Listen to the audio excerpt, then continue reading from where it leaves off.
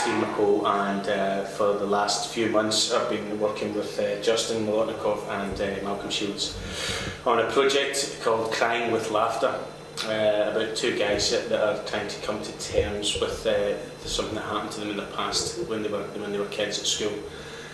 One being a stand-up comedian, that'll be the character I'm going to play, Joey Frisk. I want to be able to go on stage at real comedy nights with real material and really be a stand-up comedian before I try and be one on film. So.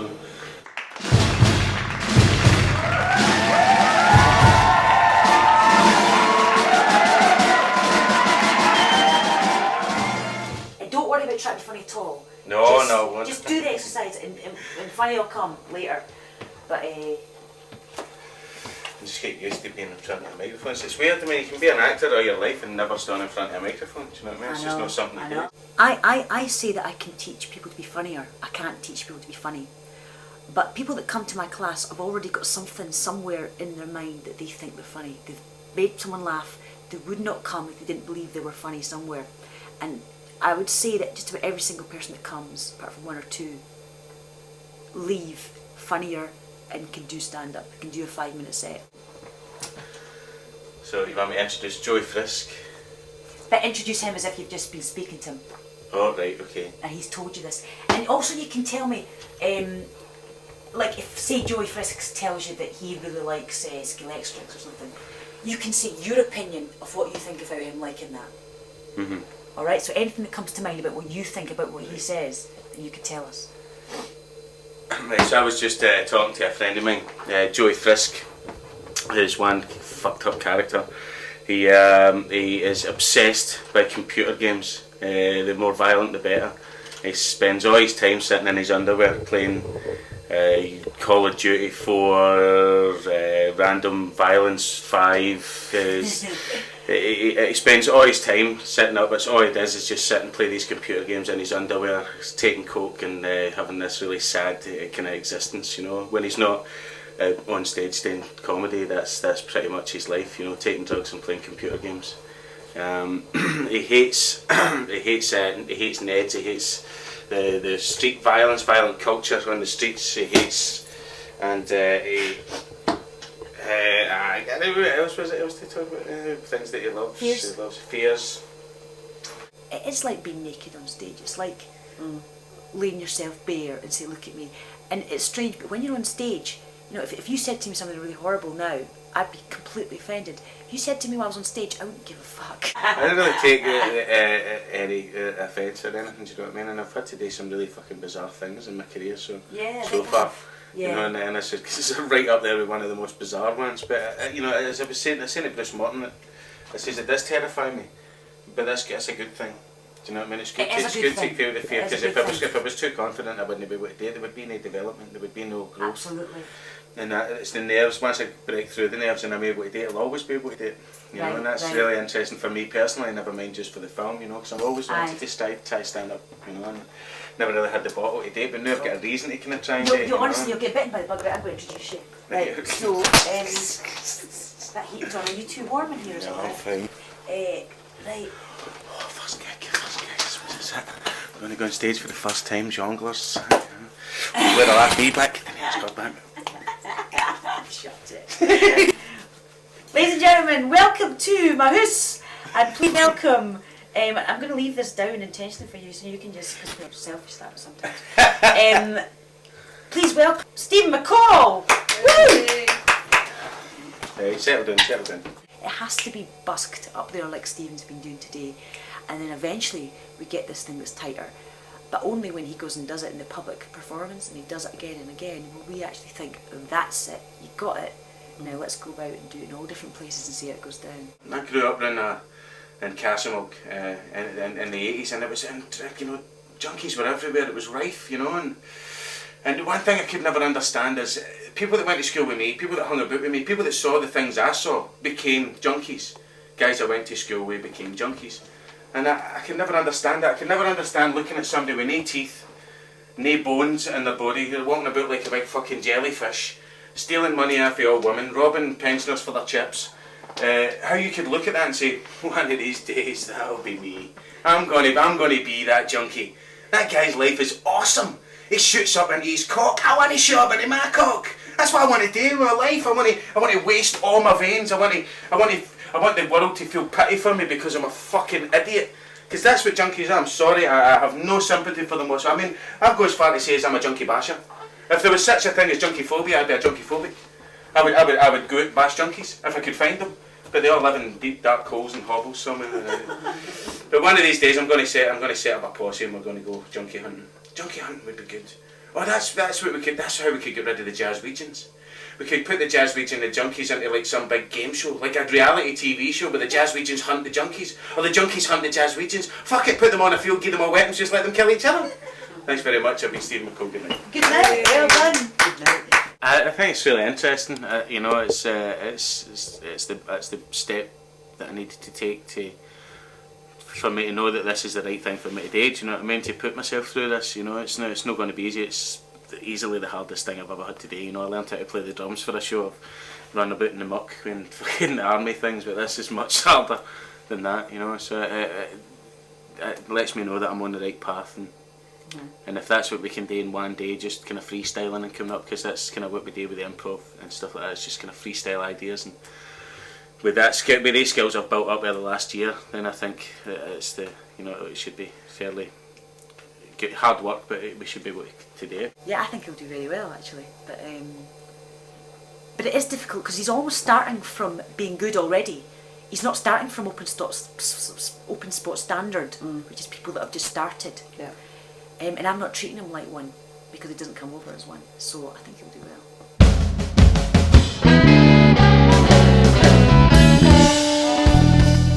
What I would say to you is that one of the most important things about it is it's 99% of it is in your head. Truly, really is. I was reminded of this a couple of years back when I was doing a tour of a stage show and one night in Coventry or someplace, and I was really not on it. And a friend of mine who was teching the show and stuff like that, he said, remember, it's all in your head. He said, if you've got a positive image in your mind, as soon as you walk out, it will transmit. And I kind of lost sight of that, and was able, as comics I know are able to do, to kind of turn your brain around a little bit, you know, and just get a sort of different perspective. You walk out, and if you feel positive, and your body language is positive, you sold it already. You sold it already. It's that old thing, it's not what you say, it's how you say it. Yeah, absolutely. Conviction and just swagger. Yeah, I mean, I've got this mental image of myself pacing the stage with confidence, and and I've got good range of different voices and stuff to get into characters and stuff like that. And I can see myself doing it. I don't quite know what I'm saying yet, but I can see myself doing it. And I can see myself being really confident when I'm quite a confident person. I have the ability to project confidence. I mean, inside I'm terrified the same as everybody else, but I'm able to project confidence. I always have been able to do that. Well, that helped. And I'm sure that will help, you know. It's a funny journey. You've been doing a few gigs, you've been doing, I don't know, maybe it takes a dozen, maybe it takes 2 or 3 years, maybe it takes longer than that, until suddenly you realise that you're not doing it the way you used to do it. You're doing it naturally. With an instinct to come. Yeah, just a little experience and a little less stress. And furthermore, you start to understand this, which is that it's been great fun. Almost everyone I've ever met who asks me about this concentrates on the scary part. The negative side of it, yeah. How can you do it? What if it goes wrong? Well, actually, by and large, it doesn't go wrong. 9 times out of 100 doesn't go wrong. And if you've got good material and you can present it well, you won't have any problems. And if you don't have good material and you can't present it well, go away, think again, And come back and develop it. And people don't understand just how. Just what an exhilaration it is. You know, it's such a buzz. It's nothing short of addictive. How do you come up with your material? What's the process that you used? I mean, is it standard for all comedians? I mean, I'm sure it's different for every comedian. I think Philip Difford, the comedy writer, Philip Difford, he was once asked by someone, where do you get your ideas? And he said, well, if I knew that, I would go there. In short, there's no easy answer to that. Where does it come from? It comes from life and how you observe it. Arnold Brown, another comic, Arnold, said that best comics are born with their heads screwed on a slightly different angle so they see things very slightly different. Hey, interesting, very interesting, yeah. The comedy's helping me develop the character, and the character's helping me develop the comedy, so the two of them are kind of, jumping out at each other at times, and there's a real confusion going on in my head at the moment, and I think that's only going to be solved by going up on stage as Joey Frisk, as the character in front of people, and accepting the fact that I am a stand-up comedian, and these people are going to listen to me. If you do a stand-up performance and it goes well, everyone loves you, all the men want to be like you, all the women want to sleep with you, everybody else wants to buy you a drink. It's lovely, right? And if it doesn't go well, you feel like slinking, working, covering yourself in a towel and being led out the back. That's what it can be like for a stand-up. For Stephen, it's slightly different because he has a secondary motive. He's got another reason for doing this, other than narcissism or whatever it is, the penury which drives the rest of us to do it. My tip would be, first of all, don't do it, and secondly would be to prepare the stuff well. As I was saying to him earlier, I think if you've got decent material and you present it with some conviction, you won't have any problem. His information is going to be invaluable, even whether they think this is a good idea or not. Hopefully they think it's a brave thing to do. Maybe it is a foolhardy thing to do to try and become a stand-up for this, but I'm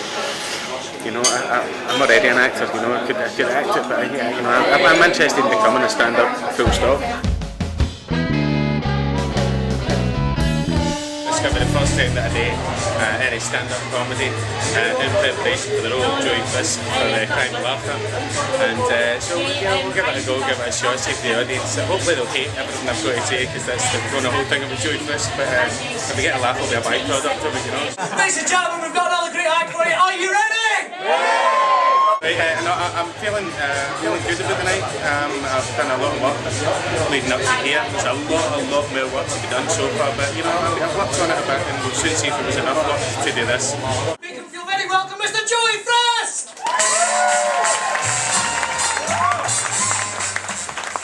Hello!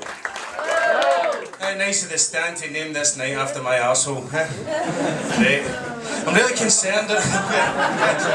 Take your time, sorry. I'm really worried about a friend of mine, Ali. He's obsessed by internet pornography.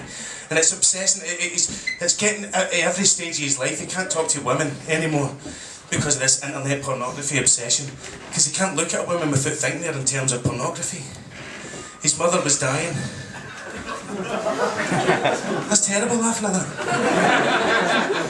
His mother was dying, she was on her deathbed, and the female doctor came in and she says, I'm really sorry to tell you, Ali, but your mother's, she's not got long to live. And all Ali could think was, threesome. Alright, sorry, it was a male doctor. And all he could think was, spit roast. But when she told him it was only 3 months to live, he thought, 3 months to get that spit roast in. You see, the terrible thing about Ali is he's obsessed with pornography so much that when we go into his house, the first thing he says is, do you want a cup of tea, do you want a drink? PlayStation, some music, you want to sit and relax? It's, come on, see this bit of pornography I've downloaded. It's excellent, come on, see it. And I'm not really into that, unless you're a 12-year-old boy and one of these has knocked your dad's porn. It's the only reason for men to sit and watch porn together. Because porn's a kind of solo sport, it's a functional thing. Pornography is something that you sit and you do yourself.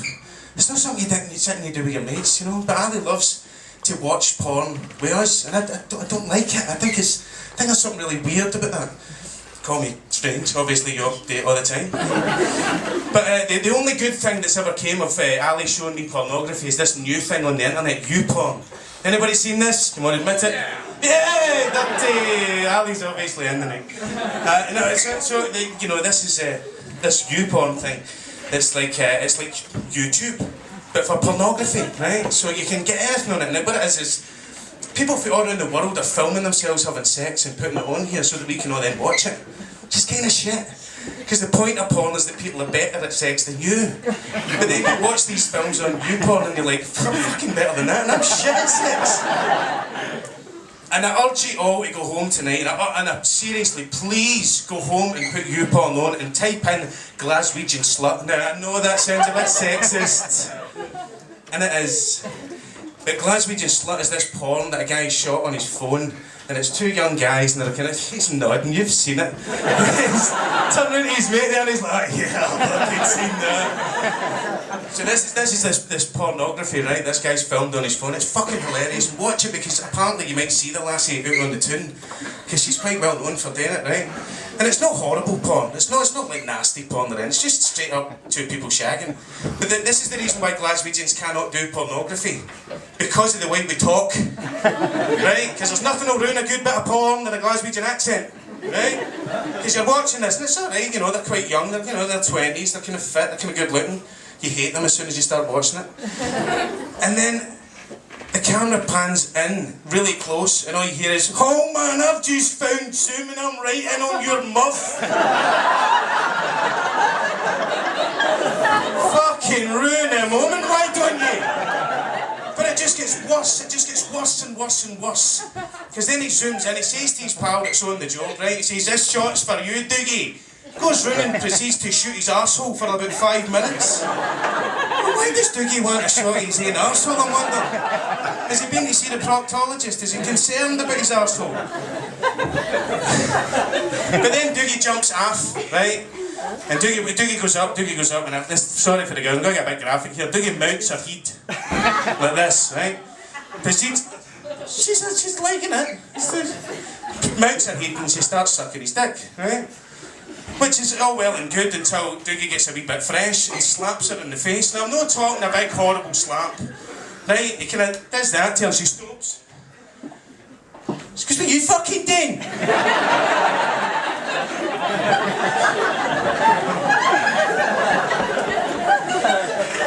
And the guy holding the camera goes, oh, go on, mate. And I kid you not, go home and watch this. She looks right into the camera. And she goes, well, no fucking wonder, but...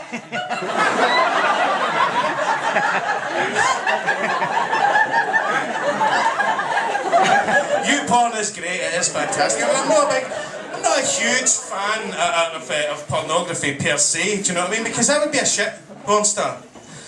I'd be a terrible porn star. I mean, I kind of barely like sex as it is, you know what I mean? It's a bit too much effort. Like, I love that casual sex. There's fuck all casual about sex. You know what I mean? When you've got a wee bit of weight on you, it's just loads of effort. You know, there's only one good position lying on the bottom. After that, I'm no bothered, you know? And then the kinky stuff really freaks me out. The kinky stuff really gets to me, you know? And there's nothing worse than when you're lying there and you're getting in fact, the first time this happened to me, the only time this happened to me, I was lying getting a really good blowjob. You know, it's really good. It was great. It's fantastic. And my legs get spread slightly. And I was like, what's happening here? What's this? Gonna obviously go for the balls. How wrong can you be? Digit straight up the arse. No warning, nothing. But the blowjob's really good, so don't stop it. I'm feeling quite uncomfortable. I'm like heterosexual male. Things shouldn't be going in that way, so get out the way. And you can't help but think, did I wipe right the last time I was in the toilet? Come on, guys, have all thought it? And it happens to you. But apparently that is, and what they call it is a prostate massage, right? And a prostate massage serves a couple of purposes. One, for a doctor to find out what's around your prostate. Two, to make you come harder than you've ever came before. And that's what happened to me. And it took me by surprise, it really did. I mean, I nearly blew the hips right off me. And by the time I was finished, I looked up and she looked like she'd been bobbing for apples and wallpaper paste. It was disgusting. Ladies and gentlemen, that's me. That's all I've got for you. My name's been Joey Frisk. You've been great. Thanks, good night.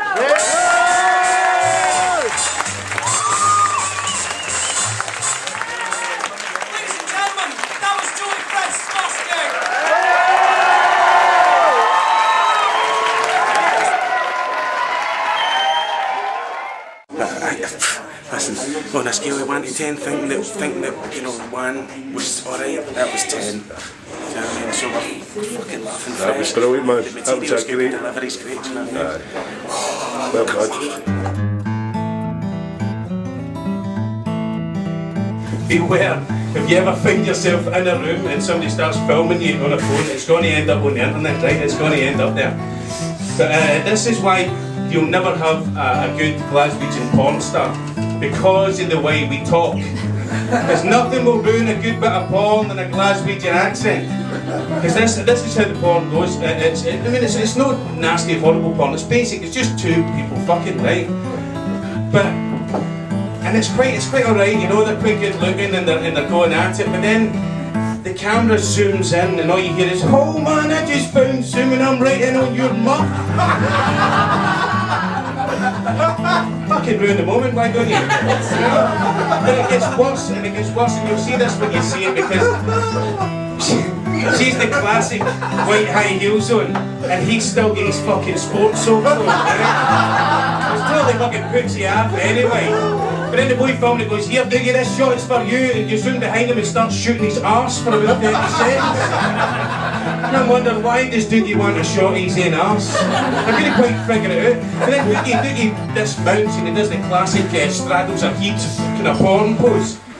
Sticks his dick in her mouth and she starts sucking his dick, right? But Dougie gets a wee bit fresh, he gets a wee bit high, you know, and he slaps her on the face. And I'm not talking about horrible slaps, I'd have turned to half right there, no. But he does this to her, she just stops. "You fucking do." And the guy with the camera goes, "Oh, go on, mate, you!" And I kid you not, she goes home and watch this. Without batting an eyelid, she looks right into the camera and she goes, "You fucking wonderbutt." I'm going to go home now, eat my own spunk and let my missus shove a cucumber at Mark's. I might not have the best night of the night, but the morning's going to be fucking excellent.